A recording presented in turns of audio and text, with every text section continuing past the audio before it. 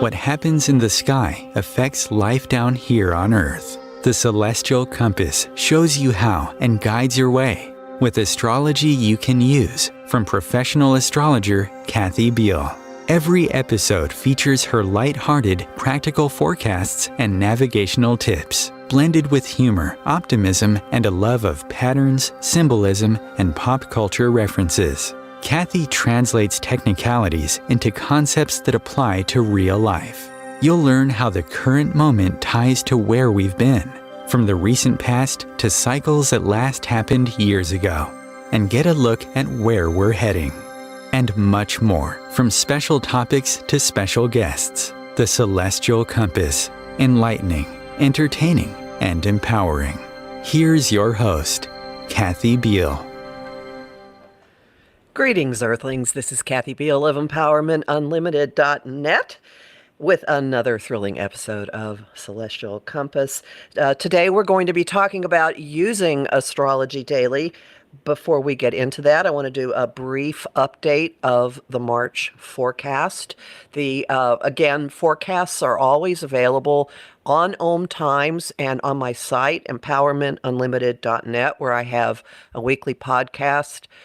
That's just on my site. And on my site, as well as Om Times, you'll find monthly forecasts and forecasts for every new moon and full moon. We've just come off a full moon in Virgo. That was very clarifying, basically brought the cleanup crew in. And for the rest of the month of March, there's a very interesting mix of influences. We're all operating in a much more telepathic mode with Mercury in Pisces, and the planet of communication is closing in on the two most boundless influences in the sky, Jupiter and Neptune, who are also in Pisces, heading for an exact conjunction next month. The Mercury-Jupiter-Neptune triangle, teamwork, three-way, whatever you want to call it, will increase our sense of a connectedness to people we've never met before. It will increase empathy and, again, telepathy, and possibly a lot of sorrow could be part of this. Higher guidance, a heightened sense of imagination. Clearly, it is bringing a universal awareness of the experience of people all over the globe, particularly having to do with refugees. Watch that be increasingly something that we're all talking and thinking about. Additionally, Venus and Mars, the planets that rule our desires, our values, and how we go about bringing them into being and pushing them forward, are both moving into a conjunction with Saturn, the planet of adulting, which is going to put some structure and order and maybe some brakes on things that we have been putting into place in our own lives and also collectively. And there is with this a surprise, a trigger, a force of pushing something forward that has been tightly wound and pressurized and hanging out for quite a while as Mars moves into a square with Uranus. And that's kind of the big picture for the rest of the month. Next month will be even more floaty. But for now, we're going to talk about a much more immediate way of looking at astrology. And I'm really happy that my guest today is Robin Langford, the creator of the Wicked Veracity digital astrology calendar. She has one of the more interesting bios I have ever run across in my life. And if you know me, you know I know some very interesting people. Here it is. She's a Stoic witch, astrologer, music fanatic, teacher, time ninja, bibliophile, and a certified life coach for heretics. Welcome, Robin. Thank you very much. I'm so happy to be here. I am thrilled you're here. One question before we get into the astrology aspect of it, because people are going to want to know, what's a Stoic witch? Well, it's two different things. I use Stoic philosophy, which is the traditional, just Stoic philosophy that's from about 2,000 years ago. If you want me to explain all of that, I will. But basically that your thoughts are responsible for your feelings, and that drives your actions, and your actions produce your results. And so that nothing is objectively good or bad. It's all subjective, and it's up to you to decide how you want to experience it and how you want to experience your fate, essentially. And the witch part is just how I was born. Like, I've always been able to sort of tap into things that other people don't pay attention to. Okay. I resonate with all of that, and I can also see how that works with you. How did you come to astrology? I have always been interested in astrology. I can remember when I was I was still in elementary school, and I was obsessed with everything Scorpio because I'm a Scorpio sun. And I had a little Garfield nightgown that had Garfield as a Scorpio. And it was so cute. I wish I could find one now. I would totally wear it. So I've always been fascinated. And then I bought every flipping book, I think, that was ever written on astrology. And you know how modern astrology is what all the books were. And I fell in love with it, and I understood it, and I knew something was missing because of the way that it was written. And I'm a systems builder, and so I know how systems are supposed to work, and I knew I was missing something. And then I found this Donna Woodwell, and she introduced me to traditional astrology, and I was like, oh my gosh, that's the correct system that I was missing.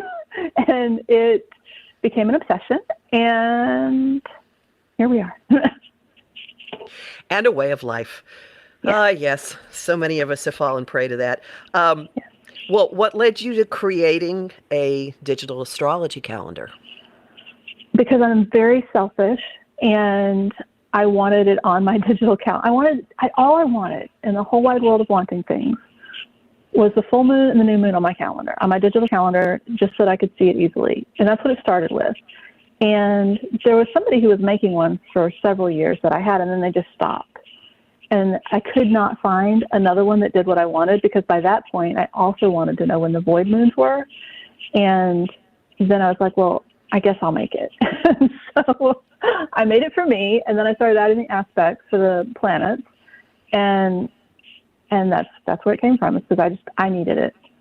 Because that would explain why it worked so well. Because you're the primary tester. It's not just a theoretical construct. It is eminently usable, as is pretty much anything I've ever come in contact with that has any association with you. It is usable. Yes, very much so. Well, going from that, this is a big topic, how do you use astrology in daily life? Oh, I use it for everything. So, and actually the calendar, before I even started doing that, when I was learning planetary days and I was learning the meanings of the 7 traditional planets, I started writing them down. Like, I would make the little Venus symbol for Friday, and I would make the little Saturn symbol for Saturday in my daily planner, so that I could really learn what those were. And so I use astrology every day with planetary days. I tend to work harder on Saturdays as opposed to taking it off. I like to go exploring on Thursdays for Jupiter's day. You know what I mean? I use it all the time. I also use the lunar phases. So if I'm going to launch something or help a client launch something, it's always going to be between the new and the full moon, because that's when things are growing. And if I want to do like a cleanup or a reevaluation, it's usually between the full moon and the new moon. I also use it for manifestation magic. I personally like the hour or so before the full moon, as opposed to setting intentions and trying to manifest on the new moon, because my understanding of the way it works is that it's more effective that way. And that's just on like a daily, all the time kind of way. I also, for void moons, I tend to plan deep work, things that I know that I need to do that aren't going to require a lot of peopling or relying on anybody else, because I know there can be delays. Or I plan self-care things like a spa day or sleeping in. Sleeping in. Oh my I know. goodness. Or taking a nap. I go to a mid-afternoon nap during the void moon. So that's just the daily stuff that I use all the time that's very cyclical. And then I'm looking at my March calendar right now. And I use specific aspects. So like the Sun-Jupiter conjunction that was on the 5th, I did some manifestation work with. And I actually, for the Mars-Venus conjunction in Aquarius, which is in my 5th house, I started using a dating app, that kind of thing. So I do electional stuff as well. Did that answer your question? Yes. Okay. So I'm just processing the choices that you made here. I was thinking, you were going to mention your kids with the 5th house, but no. Okay. Not with Mars and Venus. No, that was way too much fun. Come on now. I know you know what that election was for. Yes, I do. I have 0 degrees. I have a planet at 0 Scorpio in the 8th house. I can see these things. So for people listening, ordinary people, I would like to strip this down and start with very simple things, and then maybe elaborate for stuff that people are who are more schooled in astrology might be able to do things with. But for someone that just has a fleeting passing interest in this, I'd like to start with talking about why it might benefit you to pay attention to what the moon is, why it might benefit a person to pay attention to where the moon is. In terms of the moon's sign, that's something that can give you information, right? For sure. And that is actually another way that I use it. So the calendar that I have also tells you when the moon moves into a new sign. And I find it most useful if you know what signs are associated with what houses in your chart.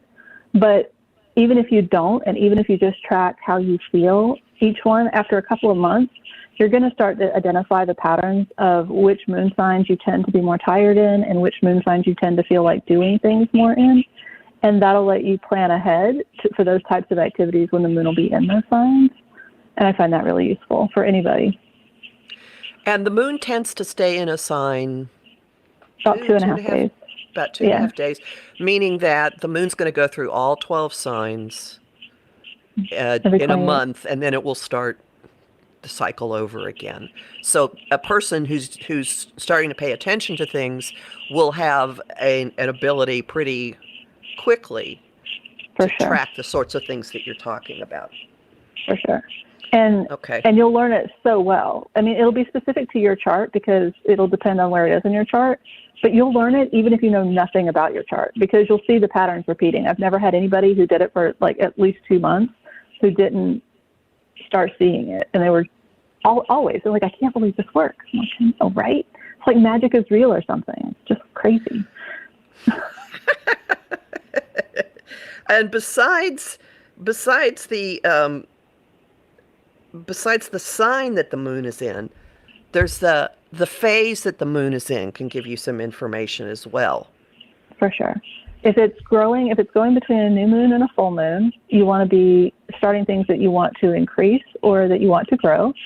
So like if you want to gain weight through working out, like weightlifting, that would be a new moon to full moon thing. If you wanted to lose weight with dieting, that would be a full moon to the next new moon. That's how I would think of it. Anything that you want to grow. That's just very simple, very easy way to remember it. If you want it to get bigger, the moon needs to get bigger. If you want it to get smaller, the moon needs to be getting smaller. And what about the quarter moons? I just treat it as a halfway point.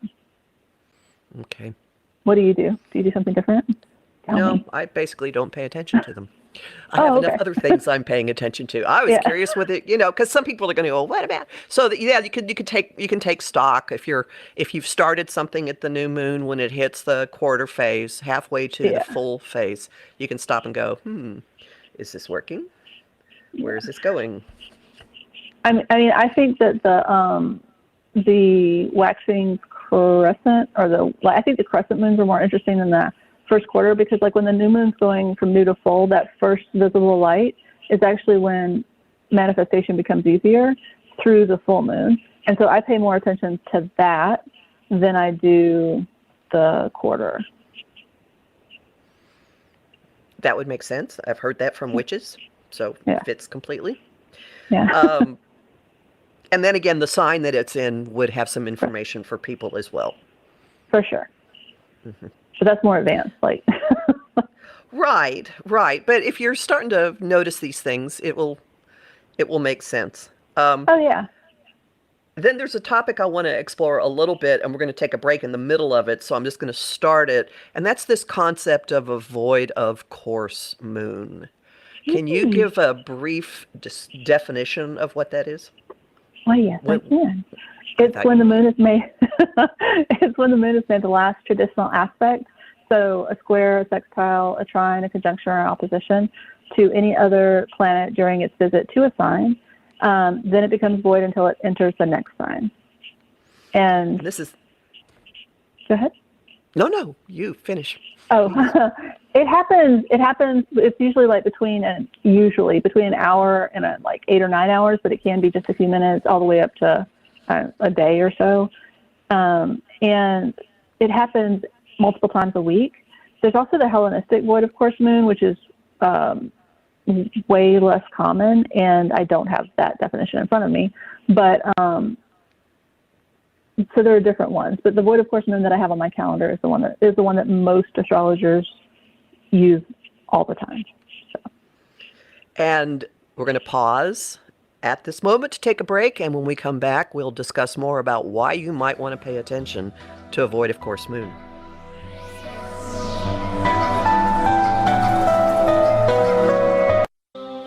Want help with your own celestial compass?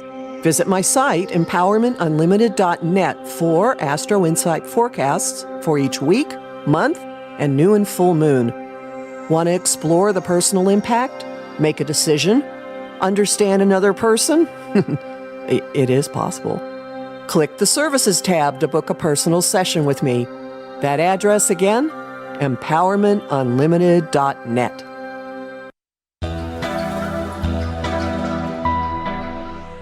Welcome back to Celestial Compass. We're talking this week with Robin Langford of Wicked Veracity. And just before the break, we introduced the topic of a void of course moon. Why might somebody want to pay attention to when the moon has gone void of course? So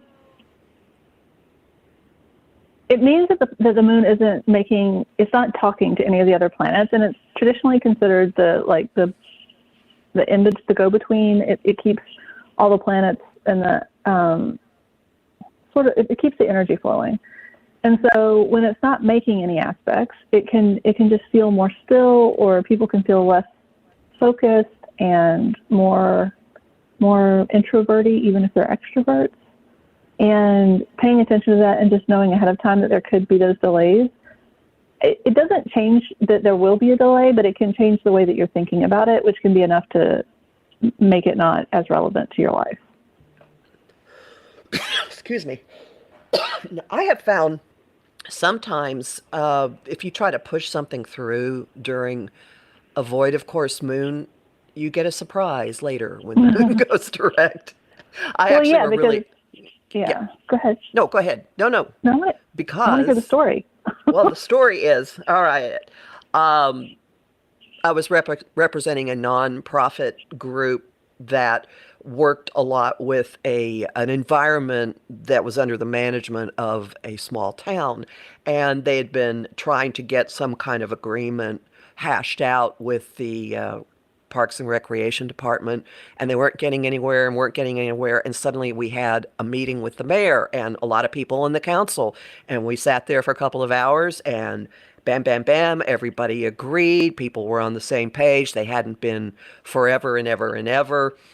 Agreement signed, things are fine. A couple weeks later, I got a phone call. They finally sent it to the city attorney, and he said that certain protocols weren't followed, and the whole thing had to go back to square one. And I looked at my calendar and went, oh, the moon was void of course during our meeting. And the whole thing unraveled and had to be redone. Yeah. So things that are started during the void moon usually, like you were saying, they don't go to plan or nothing comes of them.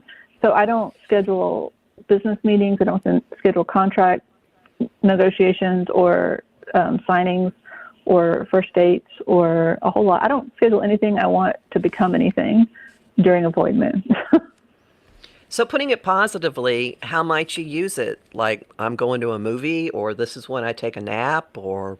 Yeah, I mean, like I said, deep work is really good because you don't have to be interrupted. That's just you and your thoughts. Creative writing, like for me, if I have to do sales copy, or if I have to put in, because, the calendar doesn't just make itself. I put in each and every one of those little glyphs that you see. And so I find that's a really good time for me to do it as void moons, because it's just very, very, like, soothing for me to do. It's kind of, it doesn't require me to think a lot. It just requires me to not make mistakes. Yeah, just not something new, but continuing something you'd already started. That's an excellent piece of... That's what you'd use. Okay. And again, I look at it as wonderful downtime, or know that there's a reason people aren't responding to your email messages or to your phone calls back when people used to actually phone each other. Just sit back, chill, don't take it personally, go do something else. Yeah. Is what I deal with it. So what else might somebody in a big picture pay attention to? I mean, one thing that jumps out at me would be when a major, when outer planet transits are going to become, outer planet aspects are becoming exact. That might be something really good to track. Yeah, I pay attention to that. And also, like, when they move into other signs. So Mercury moved into Pisces on the 9th. And that was a pretty big change from being in Aquarius. A huge shift.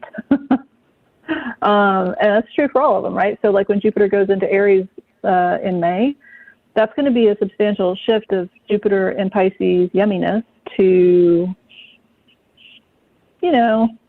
more... I think of Jupiter in Pisces as more of a, like, St. Augustine kind of guy, and Jupiter in Aries as more of a warlord, really, like more the expansive colonization kind of vibe. You know what I mean? Like, and a little less friendly. Mars is going to move into Aries around the right same then. time, so yep. yeah. Yep, that's a big deal, right? Like, so that's a big deal. And because that big planet is changing its entire sign, and instead of it having its allegiance to itself and the, like, priestly vibe, it's going into a planet that has a warrior vibe, ruled by a warrior who's also going to be co-present. Like, that's a huge energetic shift that everybody's going to feel. So we'll go from this vaguely pleasant, anesthetized Pisces predominance that we've had with more and more and more, with Jupiter in the middle of it, to this, like, someone suddenly turns the pilot light on and we're all running around forcing ourselves onto things rather than going with the flow. Well, that would be something very important for people to follow and notice how things change in their lives and how their own impulses change.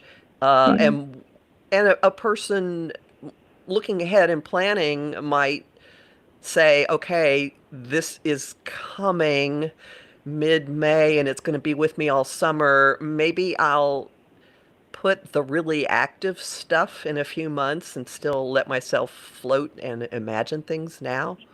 That might be one way of looking at all this.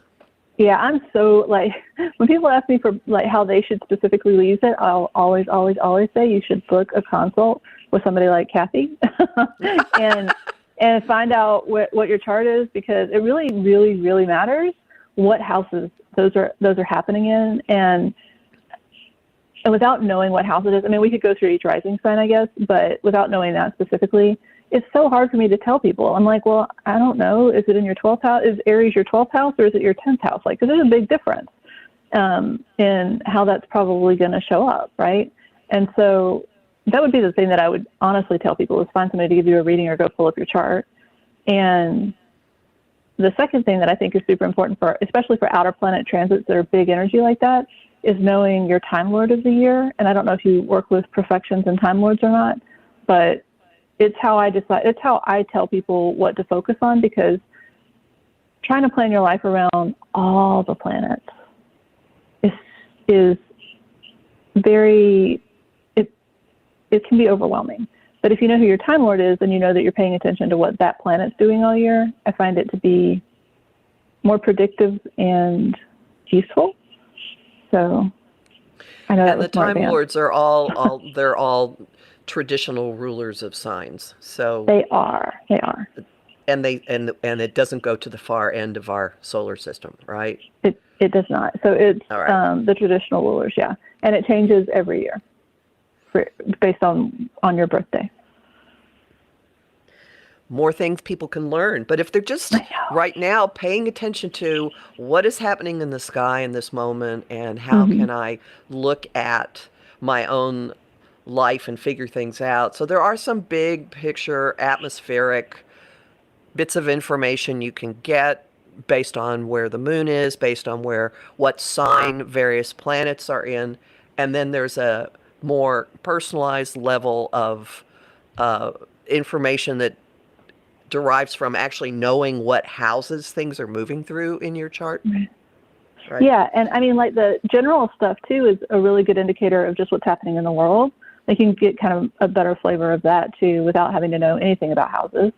So right now with Mercury and Jupiter and the sun and every flipping thing trying to cozy up to Neptune, that's a lot of confusion and a lot of misinformation and a lot of not knowing what's going to happen next is the way that I read it. What about you? That is definitely a streak in all of this. I also see the we are all in this together atmosphere, like a streak in it, like the giant sea of humanity and picking up on empathy, unwitting, boundary blurring going on, picking up on stuff from other people without knowing whether it's yours or theirs. So there's a possibility in all this for more compassion and empathy and understanding. There's also a possibility for complete emotional overload and being bogged down in other people's experiences and not even knowing that you're on empathic overload. That's true. I forget. Like, I forget there are baby empaths out there that don't have good boundaries in place and like all the extra stuff to like keep them safe. And so, yeah, this would be a great time for them to learn how to do that. Yes, it would. And knowing this and knowing that we're kind of in a training for it now, and that a lot of things are going to all dry off, like dogs jumping out of the water and shaking all the water off when Jupiter moves into Aries in May, and then running after things instead of just floating along and waiting to see what's going to be there, but actually actively running.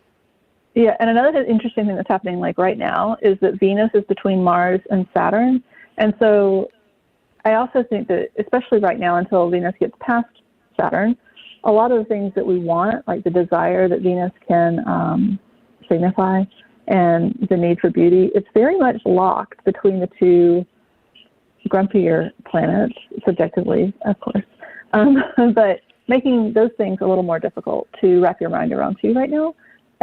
And so I think that's probably adding to like feeling very trapped, and it might be between a rock and a hard place kind of, and also all of the emotional overload. I think, I think that it's just good to acknowledge that can be challenging for people everywhere.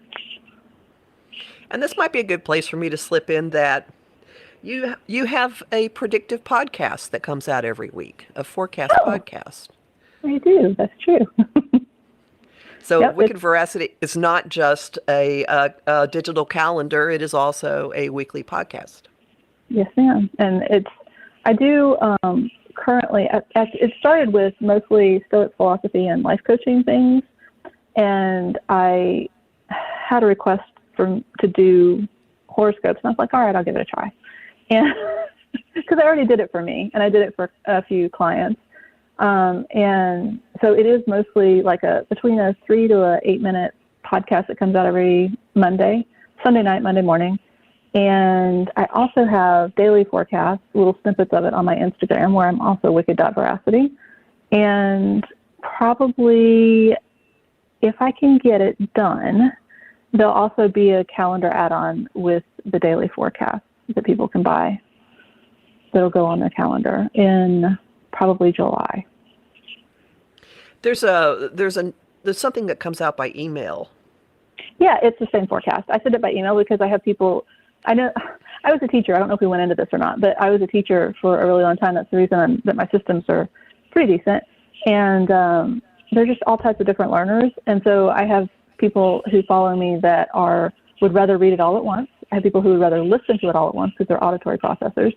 And then I have people who have more difficulty with attention and they'd rather get it every single day. And so I provide it all the ways.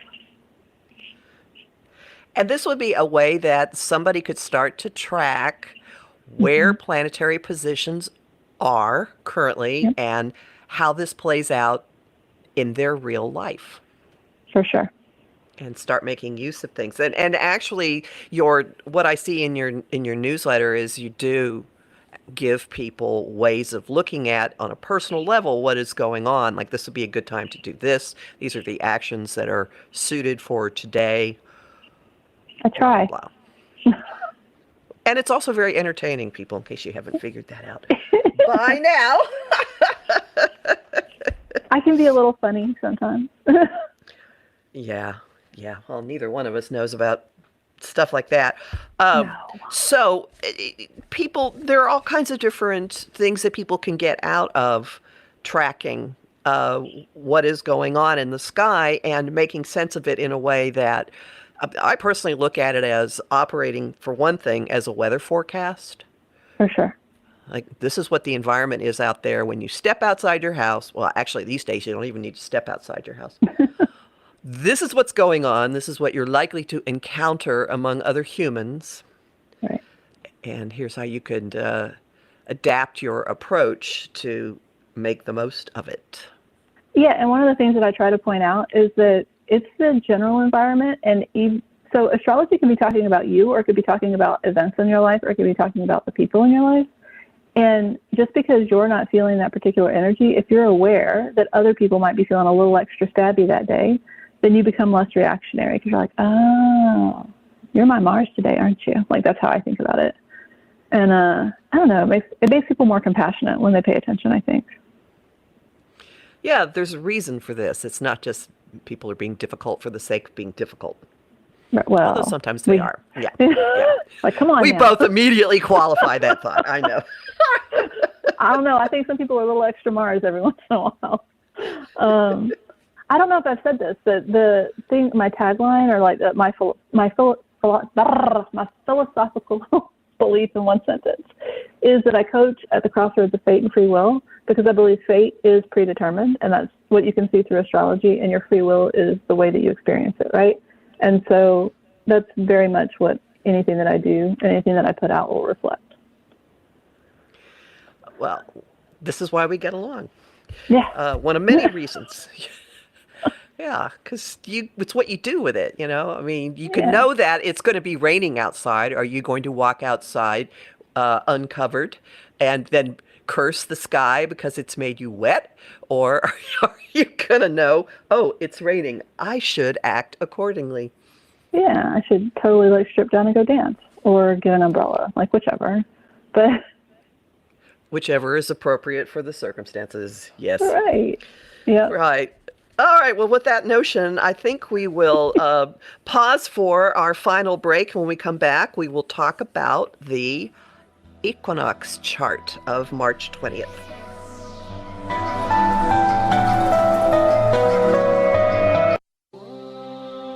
How would you like navigational tools you can use on your own?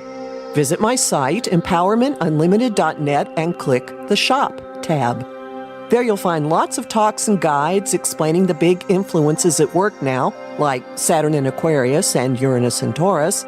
You'll also find a variety of guided visualizations for relaxing, clearing your energy, or getting to know planetary archetypes. That address again, empowermentunlimited.net. Welcome back to Celestial Compass. We're talking with Robin Langford, the creator of the Wicked Veracity digital astrology calendar, and we've been talking about ways you can use astrology in your own life for planning and just knowing the general forecast and understanding what's going on with other people. And for the final segment, I would like us to look at the Equinox chart when the sun moves into the sign of Aries, the start of the astrological year.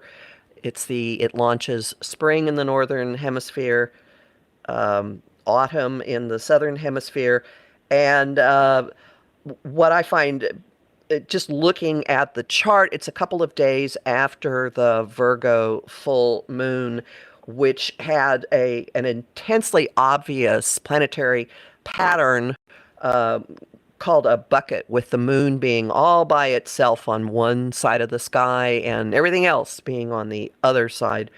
By this time, March 20th, the moon has scooched out of Virgo and is nearly at the end. So it's still technically a bucket, but it's not so much the handle. What jumps out at you when you look at this chart, Robin? So I'm looking at the chart that you sent me, and I'm also looking at it the way that I would pull it up. And I put it with the ascendant. I put the ascendant on mine. And the thing that I thought was super interesting, there were two things. Black Lilith is exactly conjunct, like within there's only a 1 minute difference with the ascendant of the Aries, of the Equinox chart. I think that's going to be a lot of feminine, wild energy for spring. And I don't know. I don't know what I think about that yet, but I think it's interesting. And do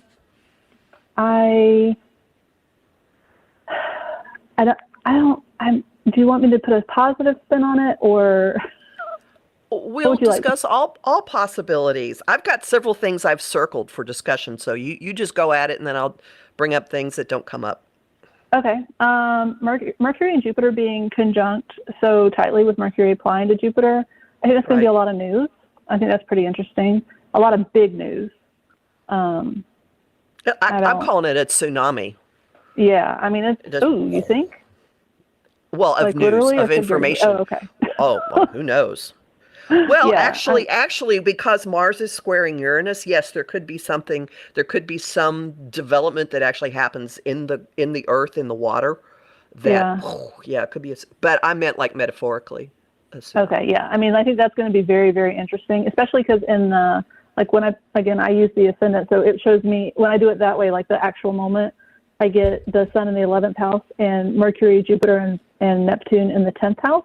And so that makes me think it's going to, like massive, something massive coming out. And I don't know if it'll be on that day or if it'll just be during the Aries ingress, or I don't know, but there's something coming. And what location are you using for the ascendant? Mine. Okay, for yours, because I put it at 0 Aries so that it would have applicability to anywhere on the planet, but that makes sense. Okay, so very possibly somewhere in the eastern U.S. it's going to be huge public news. Yeah, okay, that makes sense. Yeah, and because it's that's a good point. Come on, Kathy, do you mean that other parts of the world matter too, other than just my little area? Is that what you're trying to tell me? I don't think so. I don't think that could be true. I have a 29-degree Jupiter. Of course I am. And you know where my Jupiter is? It's conjunct my midheaven. So obviously the world revolves around me. So go for it. I know, right? So yeah, I just think, but regardless of where it is, like I don't think it matters like where in the world you are. Interesting news, big interesting news will be happening. And I still don't like the fact that Venus is in between Mars and Saturn. Like, I don't love that. I feel like there's a block between what we want to accomplish and our ability to do it. Like, we still have to get past some roadblocks before we can do what we really want to do. I would agree with that. Yeah. Just so people who don't have this in front of them can know, in this chart, there are 3 bodies in Pisces, Mercury and Jupiter, very close together, and they're moving towards Neptune. all in Pisces. Then in Aquarius, there is Mars at 10, almost 11 Aquarius, Venus at 13 Aquarius, and Saturn at 20, almost 21 Aquarius. So that's just putting the brakes on things, or constraining it, or a wall, or a delay, or oh, you got to be responsible. I mean, that's a possibility too. And nobody's going to want to do that with all that Pisces. No, they're not. What strikes me, what hit me immediately when I looked at this, and what do you think of this? The moon is void of course. The moon is at 29. It's like 6 minutes at the end of Libra, about to go into Scorpio. Yeah. So it's not me. Yeah. I look at it and I always think it's interesting when a big event like that Mars-Venus conjunction was also during a void moon. And so for big events like that, I tend to go back to the Hellenistic definition, which is if it's not making an aspect within the next 30 degrees. That's like a complete no-go zone. And if it's a big event chart like that, I look more at that. But I think it could also just mean that there's surprises. But that plays into all the Neptune energy with the news that's coming out. Which points to a truism of astrology, and that is if a chart says something once, if it's important, it says it 2, 3, 4, 5 different ways. For sure. And also the moon is in Libra, which is ruled by Venus, which you brought up. So there are big social issues, big partnership agreement issues, maybe legal issues. Definitely this underscores women again, and maybe not quite moving with the speed that the women want, or that the women's interests want. Yeah, but the great thing is, like, that it's going to, right? Like, because she's going to get past Saturn, and then she's going to go into Pisces, and it's going to be a totally different story. We just have to get there. Right. So in this chart, Mars and Venus are both applying to Saturn. So during this time frame, they're both going to meet with him, and I see those as put a ring on it moments. Like, ooh. Are you committed? Do you want it? Yeah. Are you going to make it happen? Are you acting responsibly? And other sassy ways of putting this is that they're big kid pants moments. Like, okay, time to suit up. Yeah, but I think a lot of it will be like big kids getting told no too. So like Venus is going to hit Saturn. I think there'll be a lot of no's, just a lot of hard no's before you can move on. But then you'll know, right? Like you may not know right now because you're kind of in that in-between liminal space. But then when Venus hits Saturn, it'll be a hard no, so that you then know what the yeses are going forward, is the way that I think it could play out. Or it could be a yes. It's stabilizing in one way or another, like putting Absolutely. a box on it in some way, whatever it ends up being in your life. For sure. What about Mars? Okay, Mars at 10 Aquarius in this chart is at the degree that Saturn occupied in December at the third Saturn-Uranus square, which happened on December 24th. And Uranus is almost at the degree. It's like a half a minute, or a little bit more than half a minute off the degree that Uranus occupied last June during the second Saturn-Uranus square. So it seems to me something's been teed up. Right. And when Mars makes that square exact, a lever gets pulled. Something be more happens. Volatile. Yeah. And I think it'll probably be more explosive or more volatile because that's two, big booms getting together. In the midst of everybody running around anesthetized with all that Pisces. Yep. And maybe that's the big news that comes out. I mean, that's a lot of energy. And Venus will have just made the square. to Uranus. So there was probably a little preview right before. And then, yeah, I'm not really looking forward to that either. I'm not looking forward to the Mars-Uranus square. That's not my favorite thing. Okay. Alternate viewpoint here. So we're in this situation where things feel stuck, where there's something you want to push forward, and there will be movement of some sort. Mars going across a sensitized degree, and Mars triggering Uranus, I see as celestial clockwork going click, bam, and something happens that's been, again, teed up, that's been pressurized, that's been rattled, that's the ground has been cultivated. It will probably happen in a way we don't see coming or don't expect, because with Uranus, I don't even waste breath trying to predict what will happen. It's just massive plot twist. Yep. Massive plot twist. Sure. Now, other things. Hold on. Yes? I was going to say, I just want to qualify that with, I actually love both Uranus and Mars. I have a ridiculously strong Mars, and I have Uranus conjunct my Sun. I don't have anything against them. I just think that subjectively, it's not the kind of energy people generally enjoy, even if it's the exact type of thing they need. So. Oh, well, I agree. There's an uncomfortable aspect to it, because if you're holding on to something tightly, you get a jolt of electricity and it breaks your grip. Yeah. That doesn't feel good. Or even like, let's say, and I'm not saying that people are going to get fired or anything, but like, let's say you get fired from this job that you hate and you're not happy about it, right? Like you wanted to keep the job because you like the financial stability, but because you got fired, you go out and you apply for a different thing and you end up landing your dream job and you've never been happier. So I think everything always works out. I just think maybe subjectively. I just want to qualify it that way, because some people are like, oh no, she said the world was going to end. I didn't say that.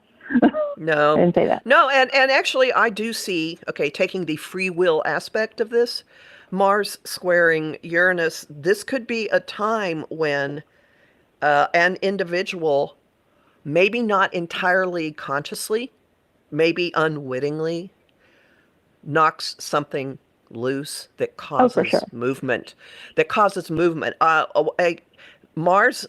Mars squaring Uranus reminds me of the old black and white movies when someone's walking around in a library and it's dark and they move a book and then suddenly the wall turns and you're in a room you didn't know was there, or you found a passageway you were looking for.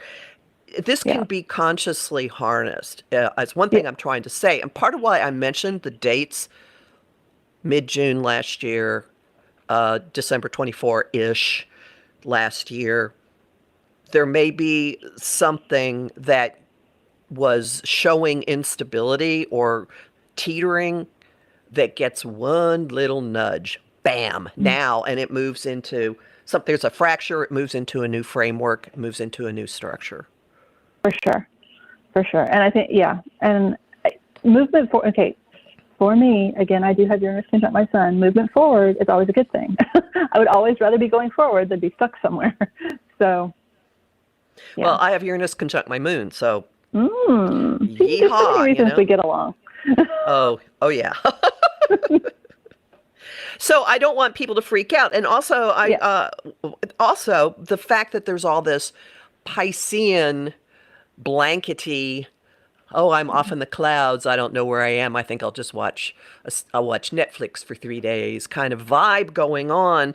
I think cushions a lot of what happens, a lot of our experience of what happens. Well, I think people might be more inclined, I call it buffering, when they do something, a preferred activity that allows them to escape their feelings so they don't have to think about it. I think there'll be a lot of that with Mercury and Jupiter like moving in on Neptune. I think that'll be the inclination. And I would encourage people to resist that, because I'm always going to support and advocate for living your most intentional life. And so I think if you do that, I think if you lean into the Pisces too much, you might miss the opportunity to be the Mars in instigating the change that you want in your life. Okay. Thoughts?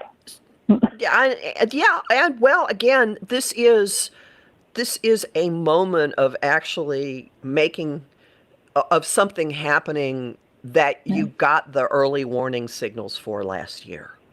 Right. Was that June of 2021 and December of 2021 or December of 2020? Both in 2021. Okay. Yeah, December of 2020 is when Jupiter and Great Saturn conjunction. met at 0 Aquarius, which is where Venus and Mars met this month after they went through their little time with the scythe of Pluto. It was so good. It was so good. I love that. I love the Jupiter-Saturn conjunction.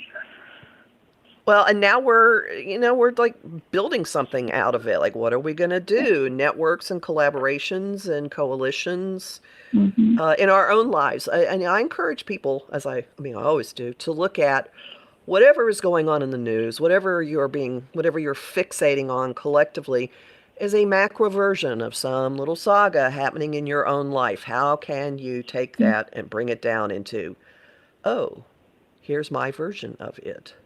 That's a really good point. Right.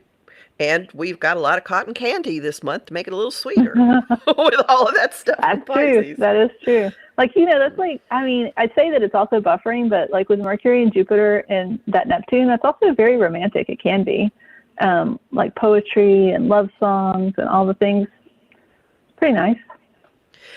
And it's leading up to next in April when Jupiter and Neptune meet and have a conjunction in Pisces that they haven't occupied since 1856, and imagination and fantasy could be off the charts at that point. So this chart is well worth people running and looking at themselves. Run it for 11:33 a.m. Eastern Daylight Time. Adjust it for wherever you are on the planet on March 20th, 2022. For sure. All right. Well, thank you, Robin. Any last words you want to say to the people at large out there? I would love for you to visit me at wickedveracity.com, and I am Wicked Veracity everywhere. I'm primarily on Instagram, where I'm wicked.veracity. And when you were talking earlier about what would be beneficial for people, they went to a advertisement for you have little individual products that help people manage their energy, and also specific planets in the sign so that they can just focus on one thing. I really think people should do those. Like, that would be super useful. It would be. I have a Reclaiming Your Energy free course and also a lot of meditations with the different planets at empowermentunlimited.net. So thank you for that reverse plug. And thank you so much, Robin, for hanging out with me and just chatting about one of our favorite topics, astrology. All right. Everyone be safe. Talk to you again in a few weeks.